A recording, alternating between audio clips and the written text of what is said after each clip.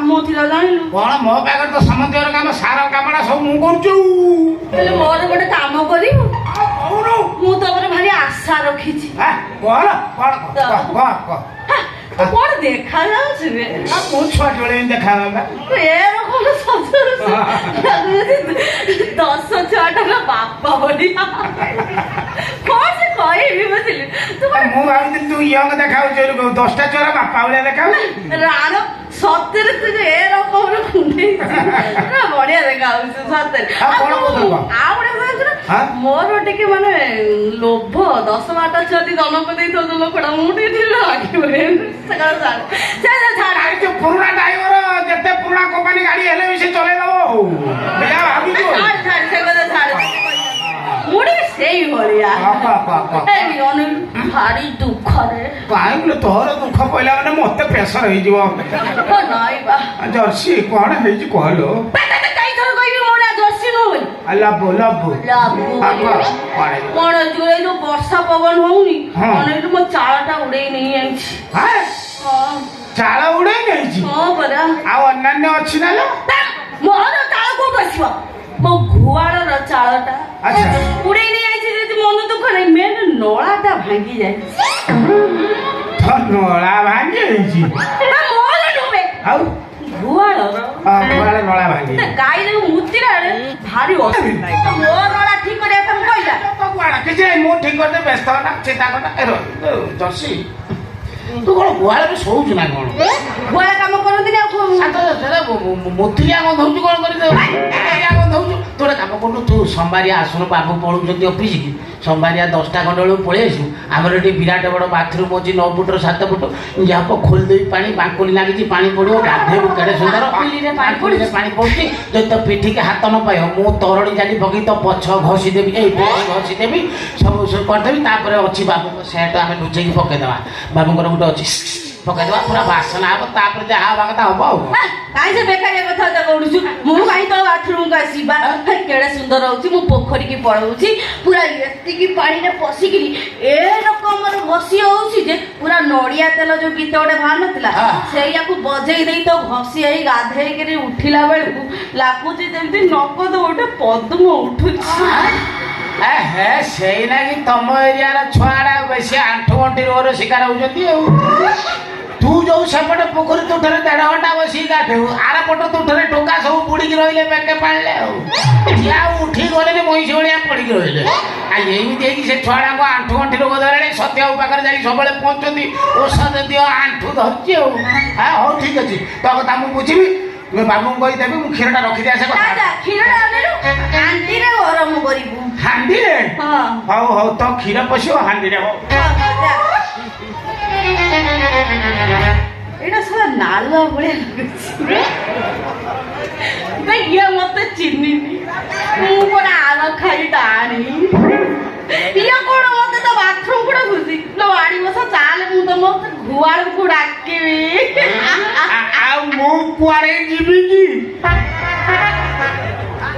एकुडा तोर अंतर पातर नीति करबे बे गजा तू कोन म पछ पछ बुलुछु तू काई जानि पन्नु काई बुलुछ काई बुलुछु म पछ पछ समेत गले लबंगलतार भलो कोन लबंगलतार भलो कोन कोना से भलो आसरे दौड़िची तो खीर बा ये तो बढ़िया जोता खुली सिकी तू खरे बारो कहन खराब सेंस काई दउछु ये तू तो खीर भी कुछ खांटी खीर काई दउछु कोनाटे दुर्बलिया हे गेलनी के तू हां से कोडी मरुथलु की दुर्बलिया हे गेल भाई कोना से पैलेस्टाइन युद्ध तो लागिला सेगुडा देखि देखि मु दुर्बल भाई तू नहीं गिरा हां मु मना करछु मु कहछि कि छोछि आ मु खाली तो भाई खीर पी ए तू विश्वास करिबु तू एमिति काई करछु कोटा कहि तू मते बुढ़ा स्तर को काई नै जाऊ आ तू कोड तो दिनु उतरा ई देख होला ए अनाने गोटा पूरा छछाट सीधा कर दे आ बेसी कथा तो मते कहना तू काहे के पछ पछ बुलुछु मता जो कह सदा बेल आइला तू देखला गान बुलथु को मु तो मोर खीरा बिकुछ गाने में बुलिबे नै अपन घर द्वार में बसी गई मु आज प्रा गुहाल को गला को तू ना ए गजा तू काई मो घर को जाइथिलु के खीर पिया को देखला दुआरे बुली के आसी ते पड़जी जाहे देखाइला तो भाई दे दे पी दे की नहीं बा हां खीर नहीं କାହିଁକି ନାହିଁ କିଛି ନାହିଁ ଲିଟର ପିଛା ଆଉ 2 ଟଙ୍କା ମୁଁ ଅଧିକା ଦେବି ବାରିକସା ମୁଁ କଣ କହୁଛି ଟିକେ ଶୁଣୁ କଣ? ନ କହିକି ଚଢି ଯାଉଛୁ କଣ କଣ କ୍ଷୀର ନାହିଁ କ୍ଷୀର ନାହିଁ ନା ତୁ କ୍ଷୀର ବାଲି ଶୁଣୁ ନା ବାରିକସା କାହିଁକି ନାହିଁ ପଚାରୁନୁ କାହିଁକି ନାହିଁ ଷଣ୍ଢ ପିଇଦେଲା ପିଇଦେଲା ଷଣ୍ଢ ସବୁ ନେଇଗଲା ଷଣ୍ଢ କ୍ଷୀର ନେଇଯାଉଛି ହଁ କିଲେ ଜାଗାରେ 1.5 କିଲେ ନେଇଛି 1.5 କିଲୋ ନେଇଛି ମୁଁ 2 କିଲୋ ନେବି ମତେ 2 ଟଙ୍କା ଅଧିକା ଦେବି କ୍ଷୀର କିଲୋ ତ 40 ଟଙ୍କା ତୁ କଣ ମତେ 2 ଟଙ୍କା ଅଧିକ ଦେବୁ ରେ ଗଛା ତୋ ମୋ ସମ୍ପର୍କ ଭିତରେ ଦରକାର ପଡ଼ିଲେ 3 ଟଙ୍କା ନଢେଇବି ମୁଁ ଯୋଉଟା ଭାବିଛି ଆଶା କରୁଛି ଦରକାର ପଡ଼ିଲେ 5 ଟଙ୍କା ଦେବି ବାପା ମୋ ଧନ ଦେଇ ଦଉଛି ତତେ ଦେବୁ ମୋ ଧନ ମୁଁ ତତେ ଦେବି ତୁ ପାଇ ଆଣିଲୁ କ୍ଷୀର ପିଇ କ୍ଷୀର ତ ପିଇବୁ ଛୁଁଛୁ କଣ ମୋରି ଭାଗ୍ୟରେ ସବୁ ନାଳୁଆ ଚୁଟୁଛ ତୁ କ୍ଷୀର ବାଲିଟା ତୋ ଭାଗ୍ୟରେ କୋଉଟା ମିଳୁ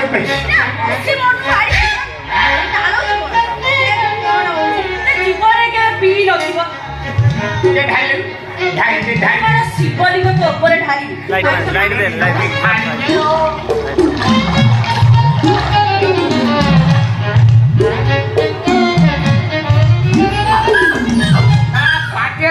ବାହାରେ କଣ ଭାଗ ପଳେଇଲୁ ଥୋଡ଼ା ଠୋପାଇ ନାଗୁ ଦେଲୁ କଣ କହିଲୁ ସେଣ୍ଡକୁ ଦେଇଦେଲୁ ନା ଶଳା ଡେରି କରିକି ଆଇଲା ବେଳକୁ ଇଏ ଶଳା କ୍ଷୀର ଧରା ଦଉନାହାନ୍ତି ଶଳା ବାହାରେ ସପ୍ଲାଇ ହେଇଯାଉଛନ୍ତି ମୋ ଭାଗ୍ୟକୁ ଫାଙ୍କା କେବେ ଆଉ ନା ଏଥର ନା ରାତି 3ଟା ବେଳେ ଉଠି ପଡ଼ିବି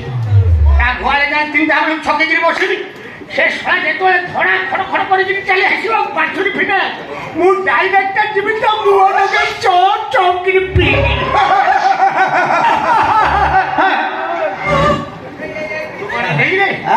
ଛାନାଦି ସାରେ ଅଫିସ ଗଲେଣି ସାରେ କଣ ତମେ ଦିନ 11ଟା ବେଳେ ଆସି ସାର ଭୂତ କଣ ଗୋଟେ ଅର୍ଜେଣ୍ଟ କାମରେ ଖୋଜୁଥିଲି କଣ ଅର୍ଜେଣ୍ଟ କାମ ଥିଲା କଣ ହେଇଛି କଣ ମତେ କହିଲେ ଗୋଟେ ଉନ୍ନତ ପ୍ରଣାଳୀରେ ମାଛ ଚାଷ କରିବି ମୁଁ ମାଛ ଚାଳ କଥା କହିଦେଲେ ମୁଁ ଜାଣି ନେଇ ଚାଲିବି ଦେଖିଲା ବେଳକୁ ତାର କଣ ଖାଲି ଓଲଟା ବଢୁଛି ବେ ତା ଗଣ୍ଡି ବଢୁନାହିଁ ଖାଲି ମୁଣ୍ଡ ବଢୁଛି ସେଇ କଥାଟା ସାରକୁ ଆଇଥିଲି ସାର ଅଫିସ ଗଲେ ପଚାରେ ଏଠି ପଚାରିଲେ କଣ ନା ନା ମୁଁ ଯିବି ସେଇ ଅଫିସରେ ସାର ସାଙ୍ଗେ ପରାମର୍ଶ କରିକି ଯିବି ଆସିଲେ ତ କଥାଟା ହବ ତୁ ସାର କତିକି ଆସିଥିଲି କୋଉଠିକି ଆସିଥିଲି ମୁଁ ଠିକ ଜାଣିଛି ଆରେ ଶଳା ହାତୀ ତୁ ମନେ ମନେ ଯୋଉ ଭାବୁଛୁ ସେ କଥା ହବ ନାଇଁ ରେ